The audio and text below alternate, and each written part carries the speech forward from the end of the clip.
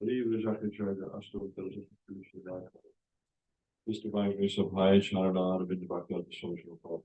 This fall, UBT found Shire, save the whole world should fall parties for the giant to the response to bad government. But even a jacket tried to Asto tells it to she man, she back this is not the satisfaction. Now my charger should write a stock for it. Grabs a close Christian shape and then put on it around the shade weight grab house into the government.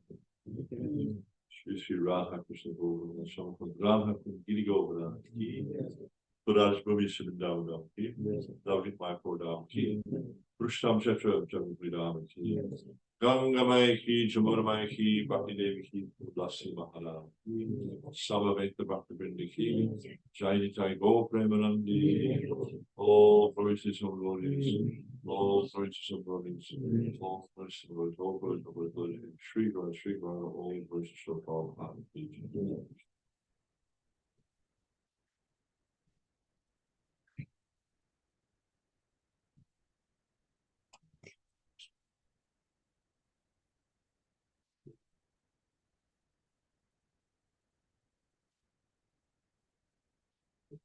What's that possible? There's an interesting story in one of the Goswami's books. And one time, Mother Yasoda, she wanted to use Krishna. But Krishna said, I'll only give shoes, and she said, why do you want to give me shoes? She said, because when you're walking on the ground, there's the hard pebbles and stuff, they'll hit your feet. He said, but everyone else is walking with bare feet. So if you want to give me shoes, you have to give all them shoes too. And you have to give the cow shoes as well. So I feel like when I get a garland, you should all get garlands too.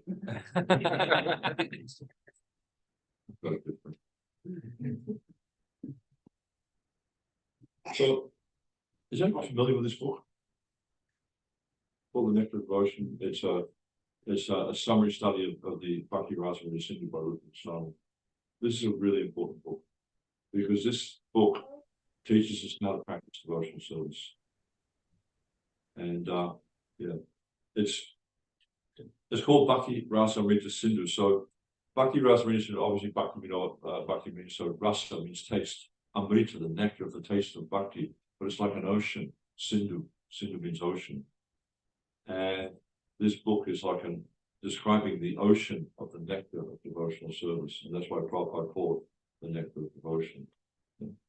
And as with any ocean, it has different sides. Just like here we are in New Zealand, I live in Australia. So Australia is on the western side of the Tasman. You guys are on the eastern side of the Tasman. You go up to, Fiji and places like that, they're more towards the northern side of the Tasman and all that sort of stuff.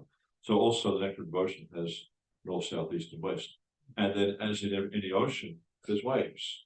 So you see also there's waves in this ocean. So I propose to talk on the second wave of the eastern side of the ocean. And this correlates to chapter 6. But the way that Srila Prabhupada's broken this up, the introduction is actually chapter 1 of the Bhakti Rasamrita Sindhu. So this will be chapter 7. And this is, so the first section is basically, it just talks about principles, or not principles, but it gives sort of an overview of Samanya Bhakti or general devotional service. And then let's see, let's go to division here. So like the first wave is actually called Samanya Bhakti, which is general devotional service. So it gives you general principles. And then the second wave is called Sadhana Bhakti. So do we know what Sadhana Bhakti means? It means devotional service in practice. How to practice devotional service. And this goes all the way up. I'm not going to read everything, it's 80 pages, it's too much to cover. And then it goes up to the third wave is called Bhava Bhakti, the fourth wave is called Prema Bhakti. So just give you a description of all these. And there's also this eastern side is called Bhagavad Bhakti Veda, all the varieties of devotional service. So we start off with Samanya, which is general, then we get into Sadhana, and Bhava, and Prema. And that takes us up to 19 chapters.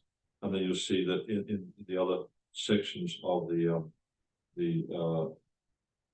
nectar of devotion, he goes into describing this, especially Bhava Bhakti and Prema Bhakti in much more detail.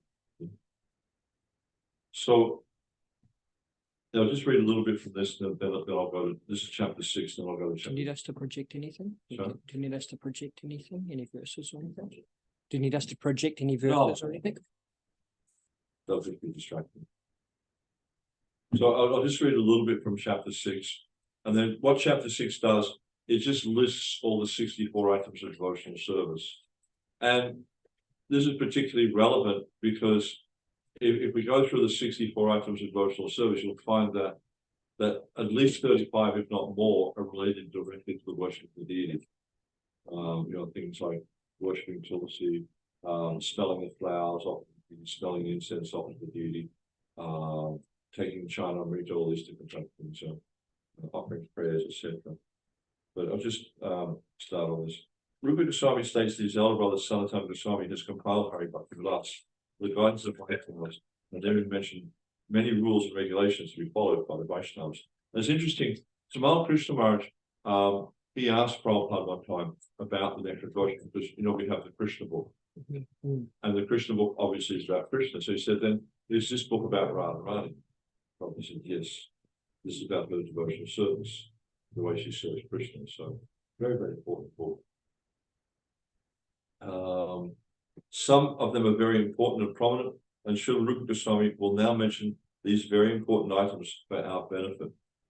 The purport of this statement is that Srila Rupa Goswami proposes to mention only basic principles, not details. So this chapter is talking about 64 principles of devotional service, because there's so many details on how you can practice devotional service. And one thing we find is that from one spiritual master to another, the details are going to differ. Like, like the disciple will go and ask the guru, oh, how do I do this? And the guru will say, well, you do it like that. And someone else will go ask their guru, and their guru will say, oh, no, you do it like this. So you'll see there's different ways. But it's not wrong. Just because it's different, it doesn't mean it's wrong. It's just a different way of doing Yeah. So, for example, a basic principle is one has to accept the spiritual master. Exactly how one follows the instructions of his spiritual master is considered a detail. For example, if one is following the instruction of his spiritual master, that instruction is different from the instruction of another spiritual master. This is called detailed information. So it doesn't mean it's wrong. It just means it's different detail. And there's so many different ways of understanding different things. But the basic principle of accepting a spiritual master is good everywhere, although the details may be different. Srila Rupa Goswami does not wish to enter into details here, he wants to place before us only the principles. One time Shruti Kirti Prabhu, he asked Prabhupada, but Srila Prabhupada, how do we understand the difference between a principle and a detail? And Prabhupada said, oh, that requires a little intelligence. So it means we have to apply our intelligence, and then we can understand what is a principle and what is a detail. Just like we'll go through some of the principles now, but you'll see that they're just giving us general principles that everyone needs to do in devotional service. It starts off with 5 things: Guru Parashaya Diksha Guru Sevana, Saddhamma Siksha Priksha, Sadhu Marga Anumana. So the first thing is Guru Parashaya. You should take shelter of the Lord's Spirit, spiritual master. Then Guru Parashaya Diksha, take initiation from him. Guru Sevana, you serve the spiritual master. Saddharma Siksha Priksha, you follow the rules and regulations of devotional service. And then Sadhu Marga Anumana, then you follow the path that's given, the marga, by the previous great devotees. We see these instructions are common throughout all scriptures. It's not like Nectar Devotion is giving us something new. And I was speaking with Prabhu on the way up here about because he was asking about, is there some special instruction? And I said, yes, chant Hare Krishna. There's no Prabhupada one time he said the secret in devotional service is there is no secret. It's all quite open. It's in all the books, the same thing is said. But just you'll see sometimes one acharya will say it differently from another acharya. Same thing. So they're all saying, take shelter of the instructions of bona fide spirituality. What does Krishna say in the 4th chapter of the Gita? Tadvidi Pranipatena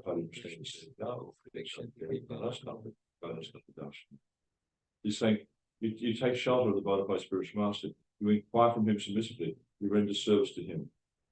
The self-realized soul will acknowledge you because he is seeing the truth. There's Jnanena Tattvadarshina. He knows because he's seen. There's a Tattvadarshi. Darshi means to see. A darshan means to see. So he's seeing the truth. Therefore, he can give you the truth. But someone who's not seeing the truth, what can they tell you? They can just give you some illusion, some misdirection. And this is actually, we see this in the material world.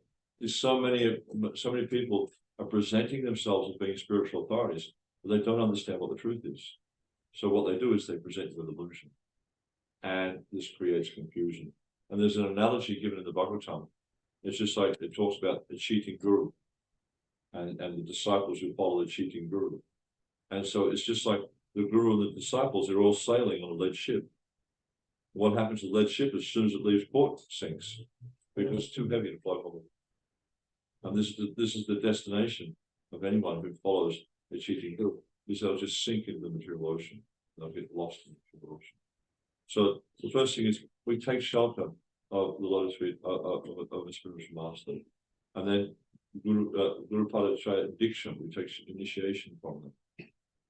And Diksha is kind of interesting because even though it's one of the principles of bhakti, one of the problems we find is we tend to place overemphasis on Diksha. But Prabhupada would often point out that Diksha is just a formality. It's just like when you go to university, for instance. There's 2 aspects of university. In order to go to a class, what do you have to do first? Enroll. You have to enroll. Yeah? But what do you get out of the enrollment? You just get access to classes. You don't actually get any knowledge. You might know what your student number is and stuff like that, but that's not really what you're after. You're after knowledge. This is the real essence of this process, is to achieve knowledge. So this is where Siksha is important. So it says, Saddharma Siksha Priksha. Siksha, you take instruction from the guru, but it may not necessarily be your initiating guru. It may be another person. Because and this is described in the beginning of the Bhagavatam, that the Diksha is one, but the Siksha is many. Yeah? And this is, we see that Suta Goswami is being glorified. He says, because you've received the mercy, and he uses the word gurun, meaning plural. You've received the mercy of many spiritual masters. Therefore, you understand this science. And so it's a very important detail to understand. The principle is we take shelter of Guru. The detail is to understand the difference between the Siksha and the Diksha, and what the function is of each. Because there's many different gurus. There's the Diksha Guru, there's the Siksha Guru, there's the Bhatma Pradakshina Guru, the one who shows you the path. There's the Chaitya Guru, the Guru within the heart, which is the Supreme Personality of Godhead. But all ultimately brings to the same point of developing our love of Godhead. They all have the same function. But it's through the instruction that we actually develop, we understand what is Sambandhi Jnana, what is our relationship with Krishna. Yeah? And then he goes on to say, become initiated by the spiritual master, obeying the orders of the spiritual master with faith and devotion, following in the footsteps, this sadhu marga anugamana is following in the footsteps of the great acharyas, teachers, under the direction of the spiritual master. So we see that with Srila Prabhupada, for instance, he's given us a specific set of guidelines to follow in order to progress on the path of bhakti. And this information is coming from the previous acharyas, like his spiritual master, Bhakti Prasada Swami Thakur. Then before him, we had Gaur Kishore Das Babaji, then Bhaktivinoda Thakur, then Jagannath Das Babaji, then Baladev Vidya Bhushana, and Vishwanath Chakravarti Thakur, etc., etc., etc., back to Lord Chaitanya, and then from him all the way back to Krishna. So you have all these different great personalities. We have Rupa Goswami, Salatana Goswami, Jiva Goswami. They're all guiding us in the same way. You won't see, if you study the teachings, you'll see they're not saying anything different. They're all giving the same principles, because these principles are about how to awaken our love of Godhead. So these are the beginning stages of devotional service. Then inquiring from the spiritual master how to advance in Krishna consciousness. So there's another one we can just this sadhana siksha friction. We ask questions. We want to find out how to practice bhakti. And then he says, sadhu marga anugamana, to follow in the footsteps of these great personalities. Then the next 5 items gives being prepared to give up anything for the satisfaction of the Supreme Personality of Godhead, Sri Krishna. This means that we're engaged in devotional service with Krishna. We must be prepared to give up something which we may not like to give up. And we also have to accept something which we may not like to have to accept. So we find this happens all the time. It's just like, we may be attached to something, like for instance, when we come to the practice of bhakti, there's 4 regular principles: no eating, no illicit sex, no intoxication, and gambling. So we may be attached to these things, but for the pleasure of Krishna, we give these things up. And then there's things we take on which we may not like to take on, like chanting 16 rounds. Some people may find that difficult, but we take this on for the pleasure of Krishna, knowing that by following these things, these restrictions or prohibitions and different rules, is they will help us to advance in Krishna consciousness. And this is part of the stage of the stage of sadhana bhakti, where we take on, it's called Vaidhi sadhana bhakti. The technical name is Vaidhi sadhana bhakti. So Vaidhi means rules and regulations. And so we adopt certain rules and regulations, understanding that by following these rules and regulations, that I'll purify the anarthas in my heart, the impurities in my heart, I'll remove the impurities in my heart, and I'll make progress in the path of devotional service. And generally this is done under the instruction of the Guru. It might be the Diksha Guru or the Siksha Guru, but we follow the instruction. And sometimes, especially in the beginning stages, it's a little bit uncomfortable, some of these things. Rising early in the morning, attending Mangalarti, following the 4 regular principles, chanting 16 rounds, it can be uncomfortable. But we know, it's just like, when I was a young man, I used to swim a lot. I was actually quite good at swimming. But the part I didn't like was doing the laps every morning. Just up and down, and up and down, and up and down, and up and down for hours. But I became very strong at it. It's just like, Dharmic, you're playing whatever is there hiding behind you. You play with Dharmic, yeah? Yeah. And so is it fun just sitting there and practicing for hours and hours and hours? Don't change the beat, don't change the speed. Yeah, what's the result? You can play good Mridanga. So there's the posture that has to be performed. You see, any sports person, they practice for days and days and days, weeks, months and years to become good at it. They push themselves very, very hard to build their muscles, to build their stamina. So it's no different in the devotional process. We need to practice, we need to perform austerities to improve. And what happens is through performing these austerities, we become detached from the things of this material world. The heart becomes purified, we become detached. So Rupa Goswami is saying here, be prepared to give up some things and be prepared to accept some things that you might not like. Residing in a sacred place of pilgrimage like Dwarka or Vrindavan, accepting only what is necessary, or dealing with the material world only as far as necessary. Because the reality is we're living in the material world and we have to interact to some extent, but just as much as you need to. You know, don't dally, you know, with you know, it's just the same in our association. You know, like okay, we have men, we have women. It's often explained that, you know, woman is like fire, man is like butter. And what happens if you put the butter next to the fire? It helps. So generally speaking, in devotional circles, we generally only associate with our wife. And we interact with the you know, for a man, because we associate with wife, so associate with partner. But generally what we do is we practice, because you know the sound of a woman's voice is very attractive to a man. And also there's speeches of a man that are very attractive to a woman. Okay? So this is a kind of a posture we practice, is we don't dally.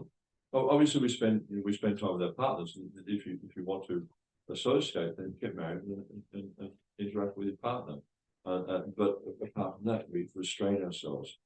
And this will help us to progress in the devotional path. And so we interact with the material world, and we interact with, you know, different elements of the material world as much as necessary. We don't dally. Then observing fasting days like Ekadasi. Ekadasi is very, very powerful for helping us to progress in devotional service. It helps to control the tongue. It also helps to stimulate the growth of bhakti.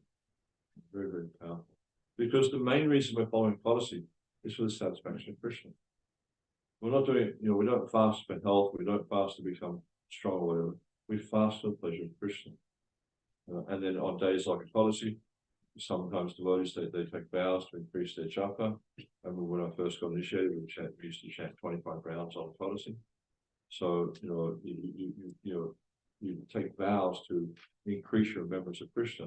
You know, sometimes on Janmashtami, we used to chant 64 rounds, but these days there's so much service, it's hard to do that. But you know, so you just take vows to increase your practice of bhakti, to increase your activities of devotional service. Then worshipping sacred trees like the banyan tree. There's different types of banyan, the ashwata, all these different trees. These are quite, actually banyan is the ashwata. There's different types of trees that are sacred in Krishna consciousness or in Vaishnavism. And these are understood to be, you can worship these trees. Then he gives 10 items. He says, these 10 items are the preliminary necessities for beginning the discharge of devotional service in regular principles. So these things are important. It's not just there's something that's just mentioned in Shastra, it's optional whether you follow or not. These things are very important for us. In the beginning, if a neophyte observes the above mentioned 10 principles, surely they'll quickly make good advancement in Krishna consciousness. So it will help us to rapidly advance in Krishna consciousness. Then Rupa Goswami gives another 10, and these in the next set of instructions is listed as follows. One should rigidly give up the company of non-devotees. One should not instruct a person who is desirous of accepting devotion, who's not desirous of accepting devotional service. One should not be very enthusiastic about constructing costly temples or monasteries. One should not try to read too many books, nor should one develop the idea of earning his livelihood by lecturing on or professionally reciting Srimad Bhagavatam or Bhagavad Gita. Because you see, in a place like India, for instance, there is a class of persons who like to do these things they call Bhagavad Saptahanas, where they're professional reciters, they're very expert at it. The way they chant the slokas, it's almost like music, it can make you cry. It's just so sweet the way they do it. But in their heart, there's no love for Krishna. It's just all about, attracting followers. It's all about making money. So Rupa Goswami is warning against this. And also not try to read too many books. It's better you just read a few books and understand the books, rather than just you say, I've read this book and I've read, have this big long list as long as your arm of all the books you've read, but you don't understand what the message is. If you're not very good at understanding books, just read one book and just understand that book very deeply. There's a story that Prabhupada tells. Actually, Lord Chaitanya tells a story. He met this, it's described in Chaitanya Charitamrita, where he was traveling in South India and he came to Purmachetra and he met a Brahmana there. And people used to make fun of the Brahmana because he was illiterate. He couldn't read Sanskrit and things like that. And he didn't really understand it very much. But whenever he would hear someone reciting Bhagavad Gita, he would start to cry. And people would make fun of him because, why is he crying? He's not illiterate, he doesn't understand. Lord Chaitanya asked him, he said, Brahmana, why is it that people, they're criticizing, they're calling you illiterate, but when you hear someone recite the Gita, then you cry. And he explained it because Lord Chaitanya wasn't making fun of him. Lord Chaitanya was very sincere in his endeavor to understand. He said, when I hear about the Bhagavad Gita, when I see the painting of Krishna driving the chariot, I just think of how Krishna has become the servant of his devotee Arjuna. And Arjuna is telling me, go here, do this, that. And how the Supreme Personality of Godhead has become the servant of his devotee. Just, he said, this chokes me up and I cry because of this. So he's actually understood how Krishna is willing to take on the service of his devotee. Krishna and the relationship, we see there's so many different types of relationship that we can have with Krishna. It's not just like he's God the Father and I'm the Son. There's much more to it than that. Krishna consciousness is much broader than that. One can have the relationship of being a lover. One can have the relationship of being the parent. One can have the relationship of being the child, being the friend, being the servant, or even being neutral. There's so many different relationships we can have with Krishna. And when this Brahmana was reflecting on that, he became choked up with emotion and started to cry. So it's recommended not to read too many books. One should not be neglectful in ordinary dealings. This is a very important point, that in devotional service, we can tend sometimes to neglect this one. Not be neglectful in ordinary dealings. What does that mean? I mean, it's just like, say, for instance, you want to build a temple, which they have this proposal to build a temple in Wellington. It means that you follow all the council regulations. You don't think, I'm a devotee, so I'm transcendental to that. This is ordinary dealings, dealing with government officials, dealing with other people.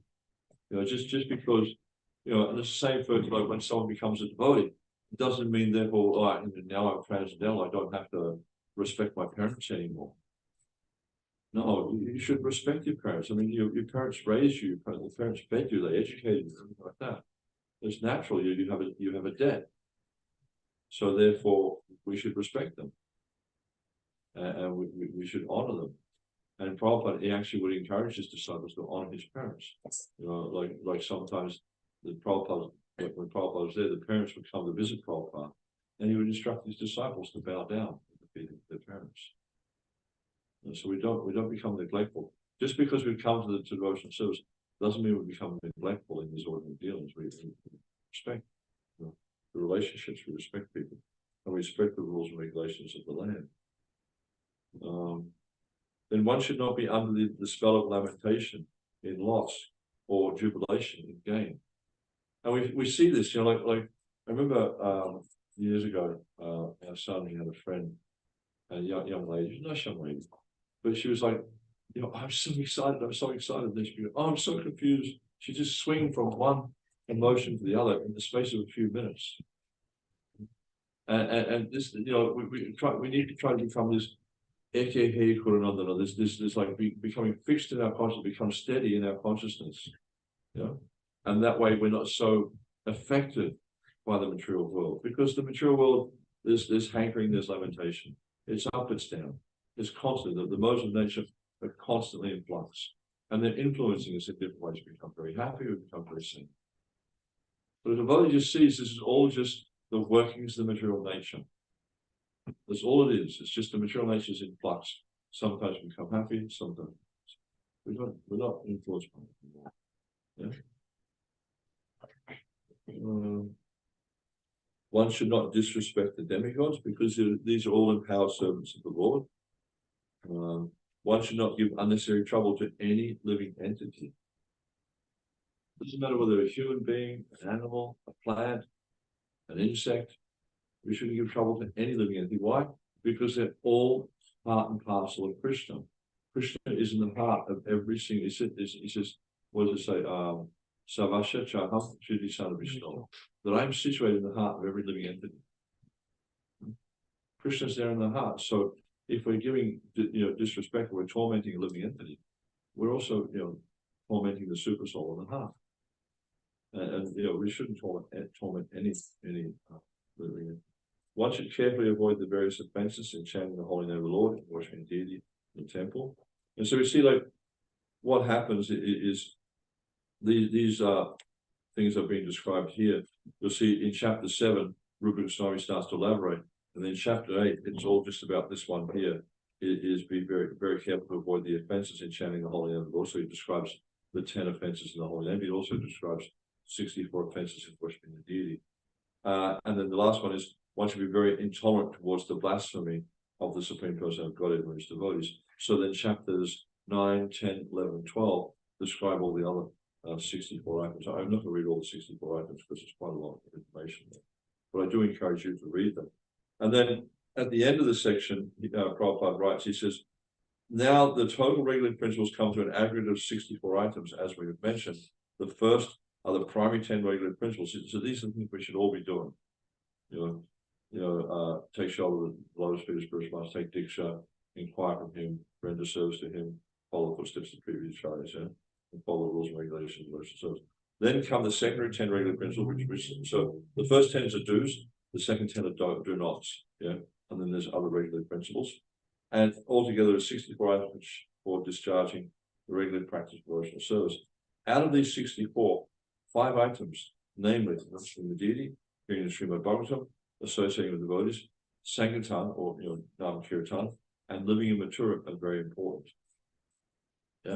And so I just wanted to read a little bit from chapter 13, because that's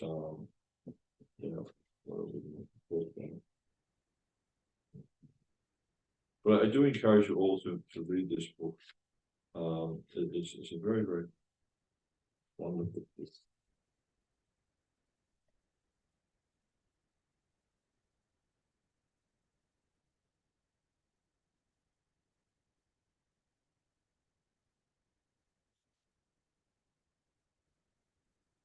So then we see in chapter 12, there's further aspects of devotional, some transcendental devotional. So Rupa Goswami describes hearing the revealed scriptures. So there's Sadhu Sangha, Nama Kirtan, Bhagavat Shravan. Then residing in Mathura, so Mathura Vasa, and then Sadhu Sangha. And then there's one here, serving the deity with great devotion. It is said in the Adi Purana, a person who is constantly engaged in chanting the holy name and who feels transcendental pleasure being engaged in devotional service is certainly awarded the facilities of devotional service, and is never given just mukti. Because some people are aspiring for mukti, but actually for a devotee, mukti is not even that interesting, because mukti tends to indicate this impersonal liberation, but a devotee just wants to serve Krishna. And mukti means liberation from material contamination, so we're not really interested in that. But then, where would Prabhupada explain further?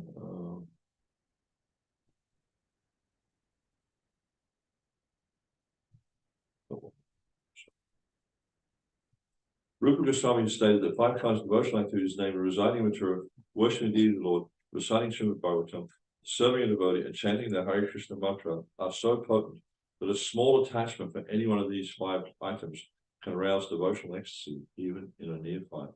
Now, in the Chaitanya Charitamrita, in the 22nd chapter, Lord Chaitanya, he discusses these same principles, because he was instructing Sanatana Goswami to write a book about these things.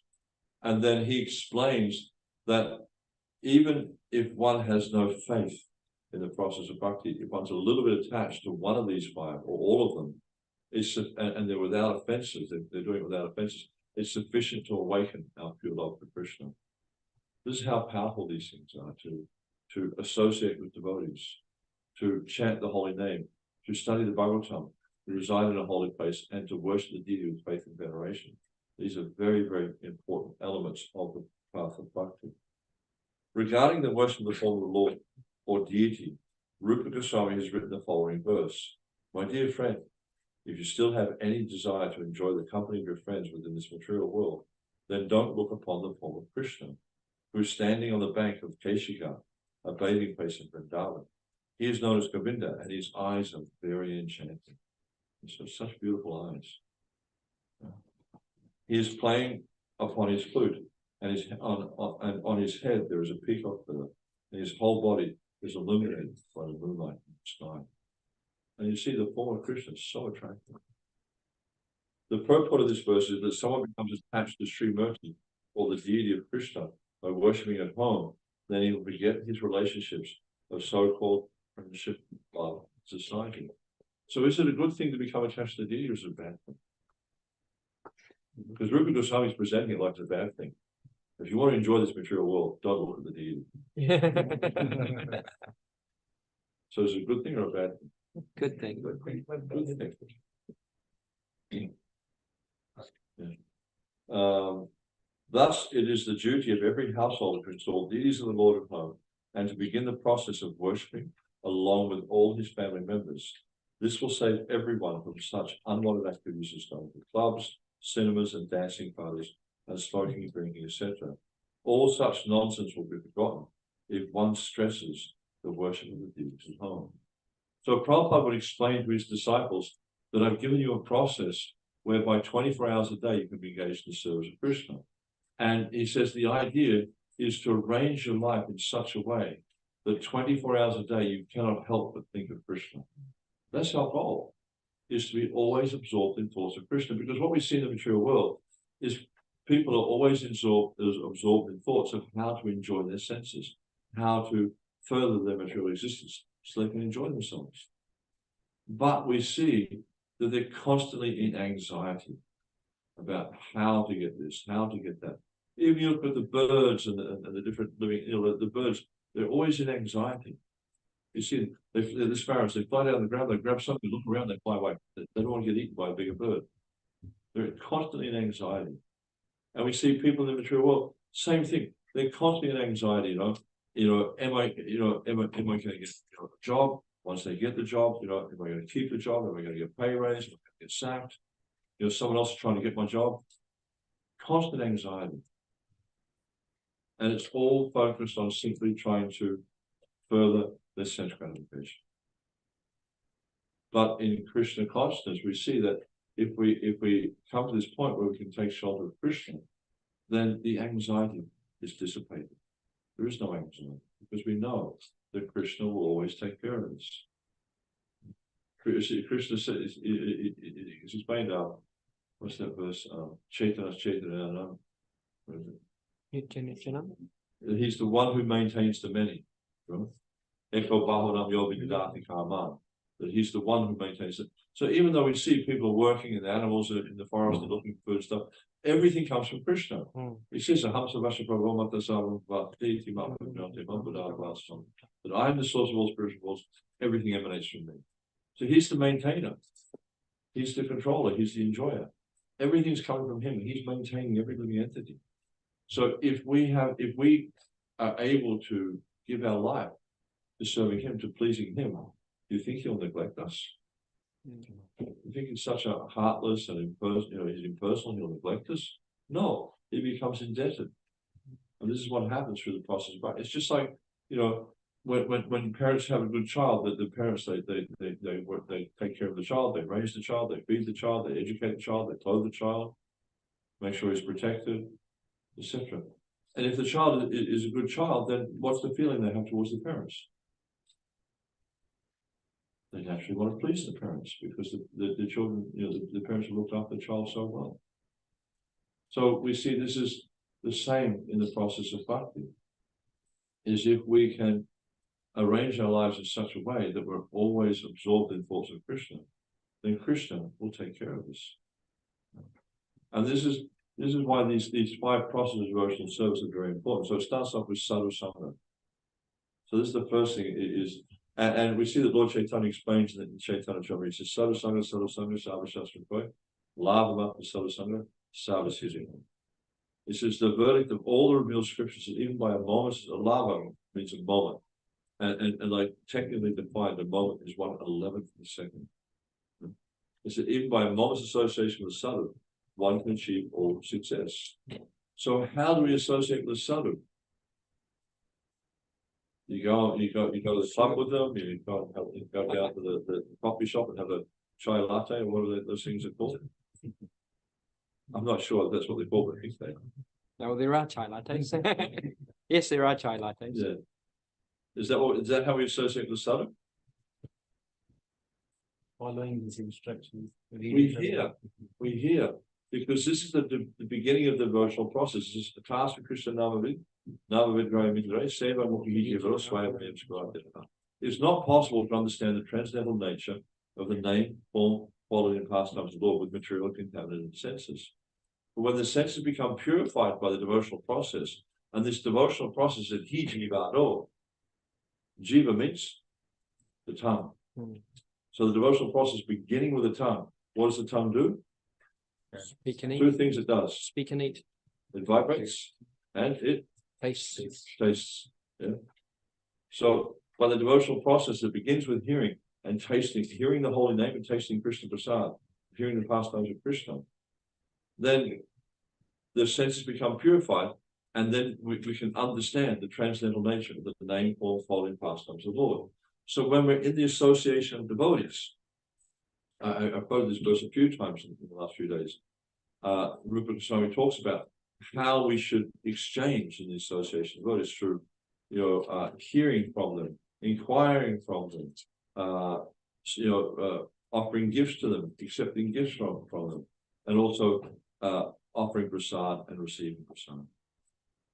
So we see this is how we have exchanges between devotees, and through this way we actually start to come to this point of understanding Krishna. When we inquire from devotees, what do we inquire about? Do we inquire about the stock market, what the price of stocks are like, what about the latest iPhone or Android phone or whatever it is? Well, what's your phone? Oh, you got 3 cameras in the back of your phone. I've got 2 cameras. Over there. It's got 3 cameras on it. Does it? Fancy phone. Is that what we talk about? No. It's all just material energy. It's just irrelevant stuff. Mm. We use these things in Krishna service. I mean, the phone, having a phone, like the phones they have these days are fantastic. I've got all of Prabhupada's books, all of Prabhupada's lectures on that phone. So it's any time, any day, I can listen to Prabhupada. I can read, I'm sitting at the bus stop waiting to read Bhagavad Gita. Then we carry, books are heavy. Mm. You can't try and imagine carrying Srimad Bhagavatam around with you. Heavy stuff, but I've got it on my phone. So wherever I am, I can read. So we can use these things in Krishna service, but we don't become enamored by them. And this is the point, again, like I was talking about, to learn the art of catching a fish without becoming wet. Yeah? So it means we use these things in Krishna service, but we don't become enamored.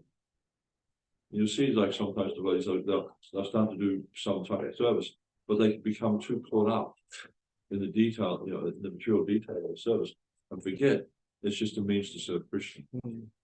So whatever it is you do, and Krishna says that, whatever you do that for me. But don't allow just like I used to travel with Ramai Swami. One of the things he did is he had a band. So it was a kirtan. He said, You're not a musician, you're a devotee. Mm. Yeah? So we need to remember that. It's like we do this to serve Krishna. If we get too absorbed, then it becomes a form of sense gratification. I have to be very careful of that. So sadhu sangha, very important because it helps us to understand how to practice the process of bhakti. Because we inquire from the sadhu how to render devotional service. And the sadhu also gives the example of how to render devotional service. And Krishna says in the Gita, his thoughts of my pure devotees are always engaged in my service. They're always conversing about me and always enlightening one another.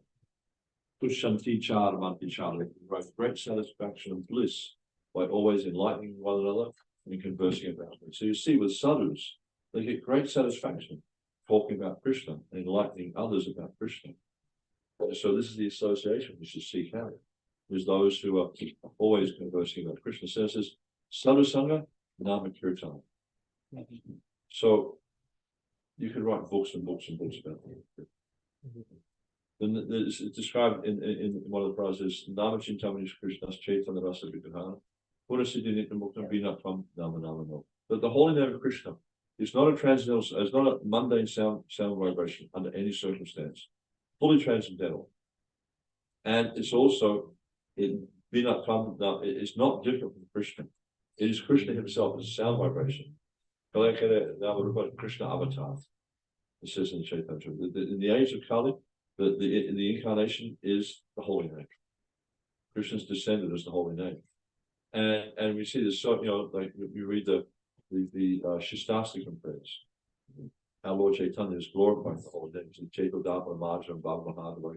Traya Kaira Vashandra Kavitara, Anandam Budi Bharadam, Pratipadam Punamish, Savatma Snaparam, Param Vijayate Sri Krishna Sankar. So this chanting of Hare Krishna cleanses the dust from the heart, which has been accumulated there for lifetimes. There's so much dust. And this dust is the ignorance of thinking that I'm this body, forgetting that I'm a servant of Krishna. And this is what's coming from lifetime and being contacted. It's just like if you have a mirror, because the verse says Chaita, Dapana, Maja. So Chaita, it means the heart. Dapana means a mirror. Maja means to cleanse. So you can just imagine if you have a mirror, right? And the mirror you just leave it sitting somewhere. And after years, it just becomes so covered in dust that you don't even realize it's a mirror. Interesting story I heard years ago. There was a family in Mumbai, and they had this beautiful deity of Krishna. And, they used to bathe the deity every day and offer things to the deity every day. One day they decided to have a maha clean with the deity, because the deity had become a little bit dirty. And so they were cleaning and cleaning for a long time. Hours of cleaning. And finally they managed to clean all the dirt off the deity, and they realized that the deity was made of a precious stone. They'd been worshiping his deity for generations in their family, and no one knew he was made of a precious stone. And by cleansing the deity, they actually saw the nature of the deity. So it's the same with the heart. The heart is so contaminated by the dust of this material world, we don't even understand who we are. We think we're this body, or we think we're things associated with this body. But if we practice this chanting of Hare Krishna Mahamantra, this Chaitanya Dapana Marjan, then the heart becomes cleansed to the point where you actually see the pure white lotus of the heart. This is one of the translations. This pure white lotus of the heart of the devotee. So the chanting of Hare Krishna, very, very powerful. And it's the most powerful means of realizing God. It says, Kritiyam Jayato Vishnu, Kritiyam Yajato Mahai, Vapare Paricharya, Palatad Parikirtana. That in Krita Yuga or Satya Yuga, the golden age, the process of realization was austerities, meditation. Jayato Vishnu, to meditate upon the Lord, to be having constant in your head. And he said, Kritiyam Yajato Mahai. Perform yaga. Swaha, Idam Krishna, Idam Nama, perform yaga. Then in Vapare, Paricharyayam, to do deity worship. And he said, Kalatad Hari Kirtana. So in Kali, Kirtan. Not just any Kirtan, not Kali, or we chant Hari Kirtan. So we chant this Hare Krishna Mahamantra. And whatever you achieve from these other processes, you can easily achieve in Kali through Kirtan. This is the Yuga Dharma. Lord Chaitanya says, Nasteva, Nasteva, Nasteva, Kirtanyata. There's no other way, there's no other way, there's no other way to achieve emancipation in this age than chanting this Hare Krishna Maha Mantra. So important to emphasize it 3 times. And if we talk about chanting Hare Krishna all day, it's just so wonderful, so powerful. And the thing is, we're so fortunate that we've been benedicted with the holy name of the Lord. It's such an easy thing. You only need 2 things to chant Hare Krishna: a mouth and an ear. Tongue and an ear. That's all you need. And if there's nothing else going on, if you're just chanting and hearing, nothing else going on in the mind, Krishna's dancing on your tongue, because he's non-different from the name. So we have such a benediction that all we need to do to go back to Godhead is to chant the holy name, develop faith that the holy name is living. That's all you need to do in this age of Kali. You don't need to perform tapasya. But when they did this Vishnu, when they did the meditation, they used to do that for 60, 70,000 years. Can you imagine that? Just meditating for that long? I can't even meditate for 30 seconds before I'm distracted or phone rings or something like that. And then when they did the yagyas, you read that story in the Mahabharata, how when Yudhisthira wanted to do the Ashwamedha Yagya, he sent Arjuna, or the Rajasuya Yagya, he sent Arjuna to get some gold. There was a king of Mandata, I think his name was, and he had done yagyas in previous ages, and when they did the yagyas, everything was made of gold. They just left it behind. They didn't take it. They weren't what it actually measured. You leave a bit of gold on the ground now, people fight over it. But so this Mandata, he left a whole mountain peak of gold, and so Krishna told Arjuna about this, and so then he went and got all the gold to make the instruments for the yagya. Everything was made of gold. The shuk, the shruva, the yagyapun, all the pots that the ghee and the grains were stored in, was all made of gold, pure gold. And when they finished it, they left it. It's such an opulent, we think we've got opulence in this day and age. It's what's made of gold now? Even the money's made of plastic. It's not even paper and plastic. And you watch, in 10, 20 years, there won't be any money. It'll all be just in a chip. It'll all be digital. There won't be anything for the pocket. So if you lose your phone, or you lose your device, and probably what they wind up doing is implanting chips into people. Don't be surprised. They do it in testing it. They're starting to do it now, but it'll get to the point where it'll become law. Because you have to have a chip implanted so they know who you are. You've got the digital identity implanted into your brain, sort of thing, with a chip. That's all your money, everything's in there. So you just go and scan your eye or whatever. Money. Don't lose your eye. And you'll find what will happen is people will thieves, they'll kill people to take the chip nuts, especially rich people. Yeah. So they've got the chip. It's just going to become more and more barbaric, this society. Yeah. So Namakirtan Bhagat Shavan, very, very important. There's Krishna Sradha Bharati, Damagadi Visa, Kalanashti Dushamash, Puranaka Vinod. This Bhagavad Purana is brilliant as the sun. It has arisen just after the departure of Lord Krishna to give light to those persons who have lost their vision and the dense darkness of ignorance in this age of Kali. This age of Kali is a very, very difficult age, most difficult age. But it's also a very fortunate age, because it said, Asti Hiyeko Mahanaguna Kirtana. So in this age of Kali, there's one good quality. There's actually 2. There's one good quality. It says, Kirtana Deva Krishna Sham Mukta Samha Paramja. By chanting Hare Krishna, you can actually become free from inauspicious association, and you can return back to the spiritual world. And also the Bhagavatam, because the Bhagavatam, there's two Bhagavatams. There's the book Bhagavatam, there's the person Bhagavatam.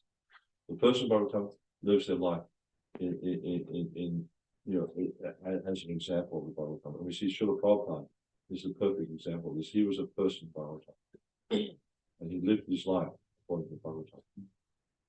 So the Bhagavatam, it's like, just by reading the Srimad Bhagavatam, and it's interesting, Prabhupada says, he said, hearing the Srimad Bhagavatam and speaking the Srimad Bhagavatam is more important than reading. So if you read something in Bhagavatam, repeat it, speak it to somebody. You'll gain realization, they'll gain realization. It's transcendental sound vibration. It's not a mundane book. Why? Because it's talking about Krishna. It's talking about Krishna's devotees. The Lord himself is also speaking. You see in the first canto, he's speaking to Arjuna. I think in the seventh, sixth, fifth chapter, Ashwatthama.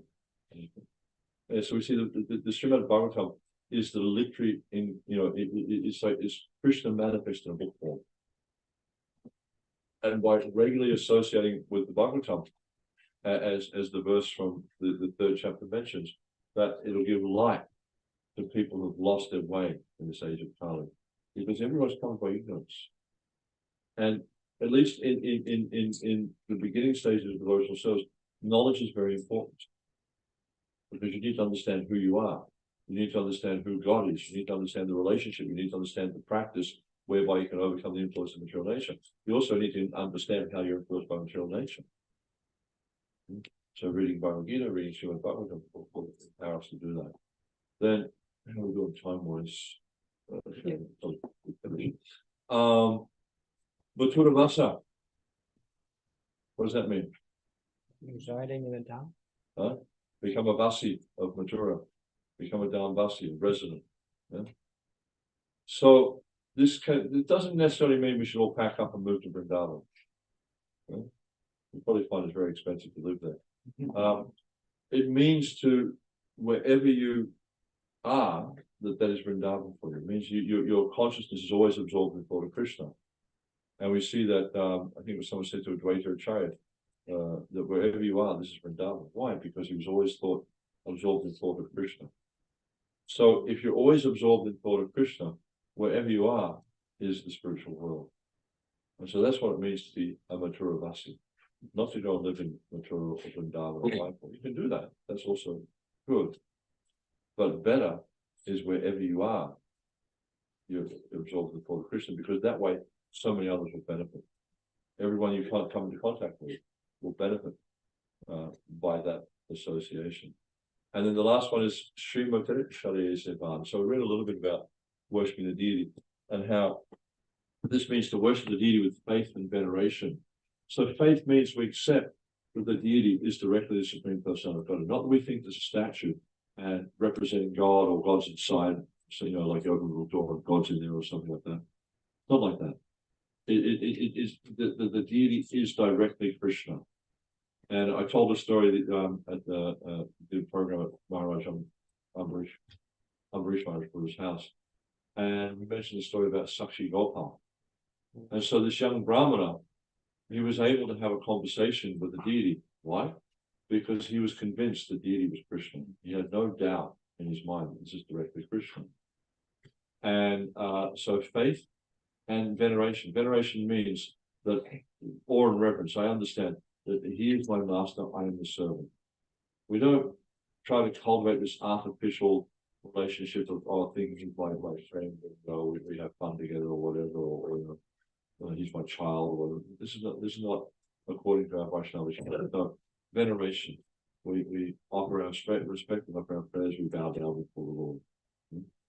And as Rupa Goswami is saying there, it's like we try to structure our lives, or try to arrange our lives so that we become completely absorbed in serving the deity. And we see that Rupa Goswami is mentioning that all the family members should become absorbed in serving the deity. And in this way, we'll give up all attraction to this material world. If we just we gaze into the eyes of the Lord and become attracted to the Lord, we'll give up all attraction in this material world. And this is the goal of a devotee, is to give up the attraction in the material world, because actually there is nothing here of any value. Only when it's connected with Krishna does it have value. It's just like you look at the body, right? You take all the elements of the body. What value does it have if there's no soul? It's just compost. You can dig it into the garden, it's good fertilizer, that's about it. But as soon as you add the soul to the body, it has value. So in the same way, this material world, it has no value if it's not connected with Krishna. As soon as you connect with Krishna, it becomes very valuable. So that's the idea, is we should connect everything to Krishna. And that's what's being taught in the pure devotion. Okay, I'll finish there. Any questions, comments at all?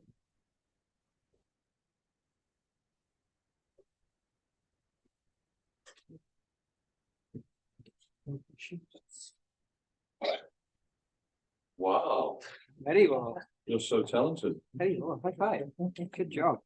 Look at that. Very well. Thank you. Any questions at all?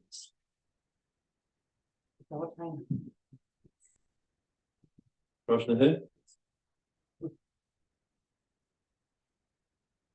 Okay, I have one. So, you did mention that Mathura Vats means not always necessarily physically residing in Mathura, but also being absorbing thoughts of Krishna wherever you are. If we're talking about it also then from a physical level, would that also include any other dharmas as well, or just specifically Mathura, like Mayapur or Dwarka or? Any place associated with Krishna. Because we're Krishnas, that's that you know, like, you know, Krishnas. Yeah. Krishna means a follower of Krishna, like you say Vaishnavas. Right. Vaishnavas are followers of Krishna, but Right. technically we're actually Krishnas. Because we follow Krishna. Mhm. So any of the dharmas connected with Krishna, it's like there's no difference between Mayapur and Vrindavan, for instance. No difference, same place. But there is difference, but there isn't. You know, this is a Chintabeta Beta Tattva. So the idea is, it's like, you know, some like you look at someone like Shiva Maharaj, he's very much absorbed in Lord Leela and Lord Kata. Very much absorbed in that. That's his worshipful deity, is Lord Chaitanya. Even though there's Radha Krishna, he's still very much absorbed in Lord Chaitanya. That's perfectly fine. Yes, bro. I was interested in your comment about rearranging life and priorities around and trying to find devotion towards Krishna. Would you be able to give some examples of, maybe a couple of examples about how practically can go about it, like side carrying on with day-to-day activities Right. and incorporating that and say, I'm a doctor, if I'm serving patients, is that what you mean? Like if you're doing some work, is it worshiping Krishna through it? Well, one of the things I often explain, especially with this type of question, there's an interesting verse in the 9th chapter of the Gita, where Krishna says, Yad karosi yadasna yad yadvihosi dasya yad pathat pantaya tatpurush marapya. He says, whatever you do, whatever you eat, whatever you offer to give away, whatever studies you perform, you do that as son of Kunti is an offering to me. And the next verse he says, Suva Suva Paleveva Moksha Sambandha Sanyasya Yoga that in this way you'll become freed from the reactions to auspicious and inauspicious works, and with your mind fixed on me and in this principle of renunciation, you'll be liberated and that shall come to me. So, and he also says that the famous verse Patram Pushpam Palam Toyam, that's also part of that string of verses there. So Krishna's saying, whatever you do, offer to me. I'll accept it. And then you'll become purified. So, okay, you're a doctor, right? When you're treating your patients, do that as service to Krishna. So rather than seeing the patients just as another number, and use that process them as quick as possible, see them as servants of Krishna. Krishna is dwelling within the heart of every living entity. All the jivas, they're part and parcel of Krishna. So if in your duty as a doctor, you see them as servants of Krishna. Also, with the staff you're working with, you probably have a receptionist and stuff like that, or nurses or whatever. See them all as servants of Krishna. And see, you're not really adding it. You're not sort of changing what you're doing. You're just adding Krishna to it. You're bringing Krishna into the equation, which then will cause you to look at things differently. Rather than seeing yourself as the proprietor and seeing yourself as the center of everything, you start to see Krishna as the center. Krishna is the proprietor. Because Krishna explains this in the Gita. The nice verse I quote quite a lot is Bhakti-Rani Kapasam, Savalok Maheshwaram, Sudaram Samabhutanam, Yatmanam Shantim Rishati. That if we understand that Krishna is the supreme enjoyer, Krishna is the supreme proprietor, Krishna is the only friend. He says, Yatmanam, knowing me thus, Shantim Rishati, you attain peace in this world. Prabhupada said this is the peace formula. It is that, because United Nations, they're struggling in so many ways to try and achieve peace. But if you look back since the United Nations was founded in the 30s, has there ever been peace? It's gone worse. Has there ever been a time when there's been no war in this world? So the peace formula is not working. The only peace formula is to understand that Krishna is the proprietor, Krishna is the enjoyer, Krishna is the friend, because all these wars come from thinking I'm the proprietor and you're my enemy. So if we can understand this situation, that actually Krishna is the only controller, Krishna is the only enjoyer, Krishna is the only friend, then, and when you look at all these other living entities as part and parcel, and how can I interact with them in a way that shows that I see that, but also help them to realize who they are. And it doesn't mean you have to bang them on the head with the Bhagavad Gita. It doesn't mean that at all. I mean, if that works for them, fine. but generally you find it doesn't. So what you need to do is to be able to present Krishna consciousness to them in a palatable way. And sometimes the most palatable way is prasadam. You can give them cookies, give them milk sweets, different things like that. Most people like to have dip a cookie in their tea and coffee and stuff like that. So there's so many different ways you can introduce Krishna consciousness, but always try to bring Krishna into it. Everything you do, even like you're driving down the road, right? And you're a bit of a passion mood and trying to get to work, peak hour traffic. Someone cuts you off. What do? Toot the corner. Yes. Yell at them. That's not being very Krishna conscious. Rather, if we try to understand, what's going on for them, why are they in such a stressed out situation? Don't you get stressed out? Remember Krishna. This is what Krishna was telling Arjuna in the Bhagavad Gita, because we're not faced with very challenging situations. Okay, you get caught up in the traffic, so what? Apart from being a little bit dangerous, it's not really that calamitous. But Arjuna was in a situation where he was on the battlefield. And describes it in the first chapter, it says Pramukataha, how Krishna bought Arjuna's chariot. Pramukataha. Pramukataha means right in front of Drona, Bhishma, all his dearmost relatives who were on the other side. And he knew he had to kill them. It really was difficult for him.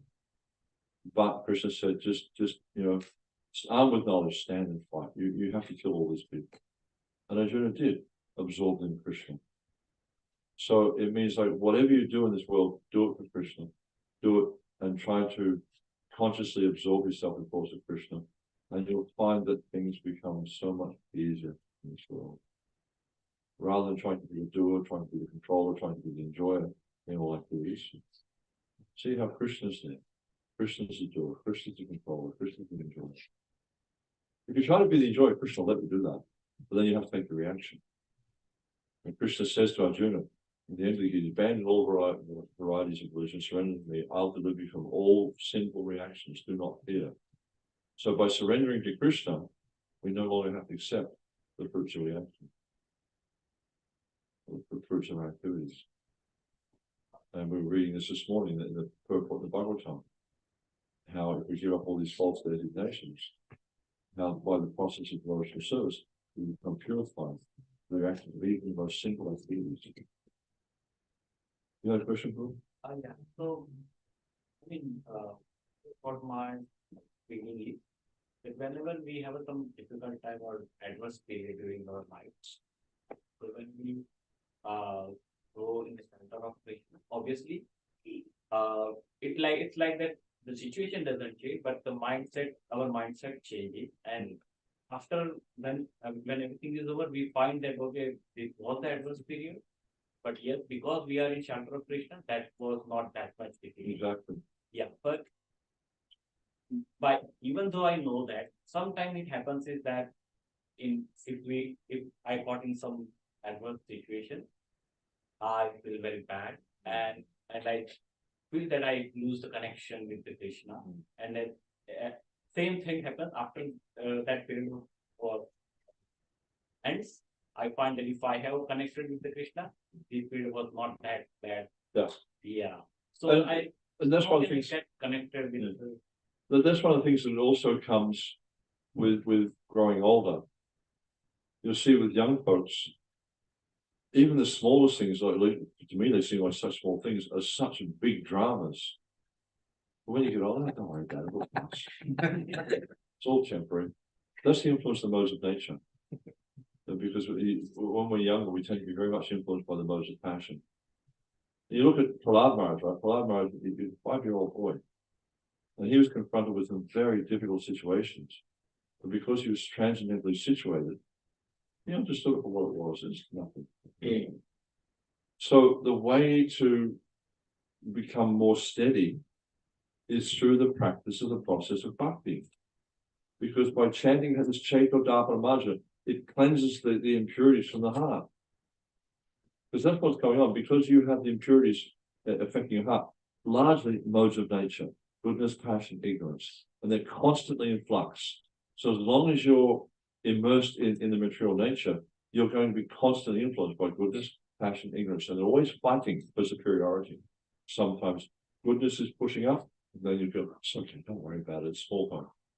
Passion comes, I've got to fix this right now. You know, that's passion.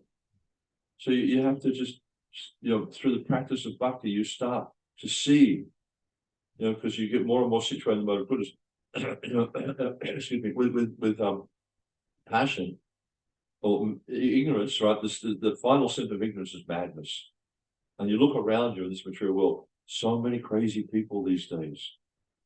And it's getting more and more crazy people. People on the streets, because they're living such a tamasic lifestyle.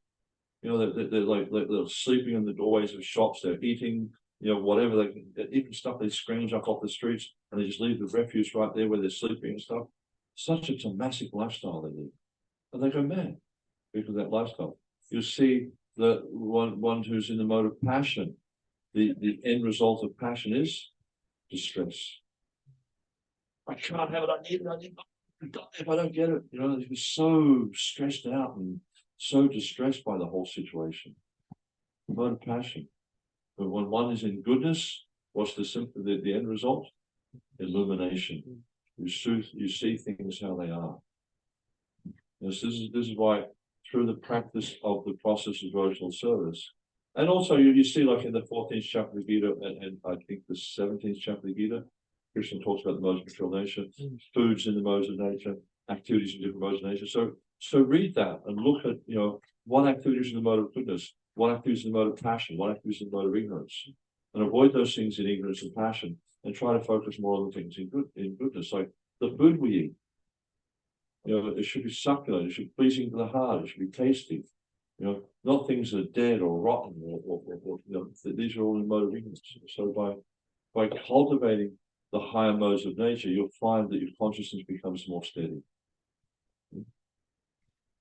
It's simple, but it takes time. Because we've been in this material universe for countless lifetimes, and the contamination, the covering on the mirror of the heart is very, very deep. So much so that you don't even understand who you are. You've got no idea you're eternal servant of Krishna. You're hearing about it a little bit. We're all hearing about it a little bit right now, but do we act like that? Probably not. So it's going to take time for us to actually realize. And when we realize that, that is how we'll act 24/7 as a servant of Krishna.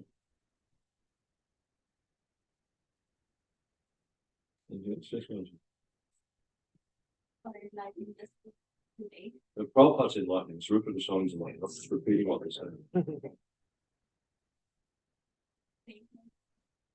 Having Diksha Guru is like taking an always. So before we take Diksha, also we have certain Diksha Guru, and we learn from them, we try to times 16 rounds, try to follow code regularly, and we try to serve the devotee. And after taking the decision, also we continue doing all this. Yes. So why is so important? Exactly. Because you formalize the process. It's just like, like you look in the modern world, right? Is marriage an important thing? Yes. Not more. No one wants to get married. They just want to have sex and no responsibility. And just have sex with this one, well, I don't like this one anymore, I'll go get another one. But in Vedic culture, marriage is essential. You can't have, a licentious behavior. Why? There's no responsibility. This is the source of Vanasankara. This unwanted progeny, or Vanasankara, unwanted progeny. this illicit sex. And also, illicit sex is the cause of weakness in the individual. And Prabhupada would often say that the modern youth have become spoiled by premature sex. So you see, like the human life is meant for regulation. That's what it's about. Not this wanton enjoyment like we see is happening in this day and age. Because the idea with human life is to control the mind and senses so we can focus on the Supreme Person of God. So just like we see in marriage, there's restriction, there's commitment required. So when you make when you take initiation, you take vows. Now we'll see, like, in the modern age, what Prabhupada introduced was a formalized diksha, where there's a fire yajna, you offer the different, the 4 regular principles, you offer to chant, you agree to chant 16 rounds, etc., etc., etc. During Lord Chaitanya's time, it wasn't formalized like that. It's just, the persons would just accept Lord Chaitanya as their guru, or whoever they accept as their guru, and they follow. There was no question of not following. But now, because of the deterioration of the quality of people in this age, we have a formalized system so people can take it more seriously. The same as, like, you look previously with marriages. It was just a simple agreement. Sometimes it's even just a changing of garlands with a Dharma marriage. Now you have these elaborate 3-day ceremonies that go on and on and on. The music goes blaring out in the middle of the night, all this sort of stuff, just to impress upon them this is serious. So, that's why. Okay. Yes. Thank you, Roji. Roji, to the response to Roji's question, you mentioned we should be in the mode of goodness, and where we feel that, okay, Well, that's not the end goal. No. That just helps us. It's like the springboard to the transcendental situation. Yes. So in that response, you mentioned that when we are trying to get to the mode of goodness, and then of course past that one of the things we might do is go, okay, it'll be fine. Does that mean just not taking action? Does that mean, oh no, it'll be fine, and just being lethargic with the response? So it means it's not about becoming lethargic, because lethargy is the symptom of Tamadun. It means you understand what's happening. You understand the outcome of things. And just like, for instance, sometimes you might get the urge to enjoy your senses in a particular way, like sex life, or maybe it's intoxication or whatever. But if one is in the mode of passion, then generally what happens is you give in to that. But when one's in the mode of goodness or transcendental, you understand it's just a push in the senses, it'll pass. If you need to take action on something, just like, if a child's playing on the road, there's a truck coming along, that's all right, the truck is splattered, it doesn't matter. No, that's mode of ignorance. You take action when you need to. Like, I'll tell you a story. When Prabhupada established a temple in London, what they had, it was in Berry Place, and they had Shamasunder, he made the temple look like the inside of a boat. Apparently it was very beautiful. It was all made of wood. And then the altar he made had Radha Landanishra down the bottom, and then Jagannath Baladev Subhadra on the second level above them. And there was a canopy over that. But see, Shamasunder had been working for days, and the altar was the last thing he did. And he spaced out, and he didn't fasten the pillars on the altar properly. So when Prabhupada was in there, for the deity that to install the deity, he saw that someone bumped one of the columns, but they were all just sitting there. Things were sitting on top, nothing was bolted. And so someone bumped one of the columns, the whole thing started to teeter. And so Prabhupada, one of the columns fell out. And Prabhupada, he jumped on the altar like fast as lightning, and just put his arm up and just held the deity, Jagannath Baladev Subhadra. They're heavy deities. And he just held them up like that. And then he was instructing his disciples, do this, that. So if he hadn't have acted quickly, which you might think, well, that's in the mode of passion. But it's not. He was acting for the service of Krishna. So, but if he hadn't have acted quickly, then there would have been a disaster, and the marble deities would have been destroyed. So we see, it doesn't mean being inactive. Inactivity is in the mode of ignorance, especially when it just means when you should act and when you should not act. When the senses are pushing, you don't act. When service is there, you act. So you just have to understand what's transcendental, what's not transcendental. This is why But this is important. Illumination, very important.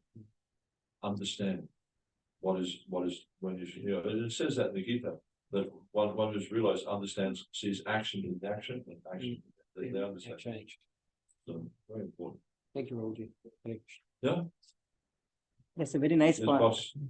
No. Yeah, boss. It's a very nice point you shared, Prabhuji, today. That's you have to understand what is act, where you have to act, where you should not act. But like we are coming in Sampradaya, we understand to Guru Parampara. But is there any other way we can, because a lot of people, inaction is the ultimate goal. So at the one time we have to just stop all our actions. That's how people generally tend to. But is it a What's goal? the result of that inaction? Sorry? What's the result of that inaction? Mm, We should always be acting for Krishna. That is inaction. It's not material action, it's spiritual action. So therefore, materially, it's inactive.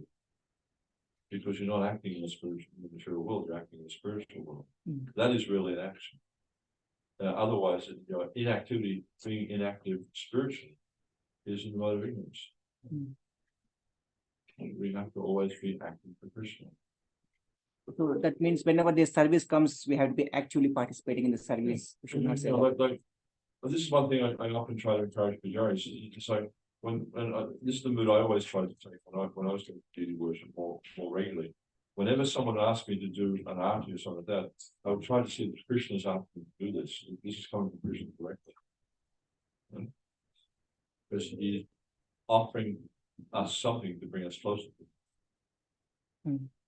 So anything you do in service will bring you closer to Krishna. Mm. But when you not service, there's stopping you also. yeah. So even a simple service of doing kirtan or anything which is connected to Whatever Krishna offers you, accept with enthusiasm. This obviously is the mentality of an advanced devotee. Generally, when we're younger devotees or neophyte, oh no, I don't have to do that again. I did that last week. Mm. You watched the pot. I watched the pots every day last week. Can't someone else do it today? Mm. But no, Krishna is so kind. He's offering me devotional service. Countless lifetimes I've been here in this material world, struggling with the modes of material nation, not even understanding who Krishna is and who I am. And now I have this opportunity to serve Krishna. Mm. This is a healthy mentality, Mm. spiritually healthy.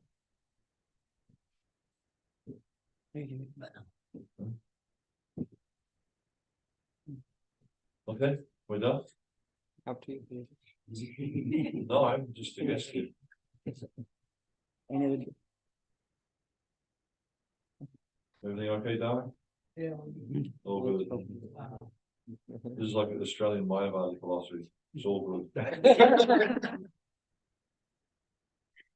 You ask me one, it's all good. It's all good. Yeah, she'll be right. She'll be right, mate. Yeah. His Krishna Shima Coach for GP. Right, right. Okay, you want to?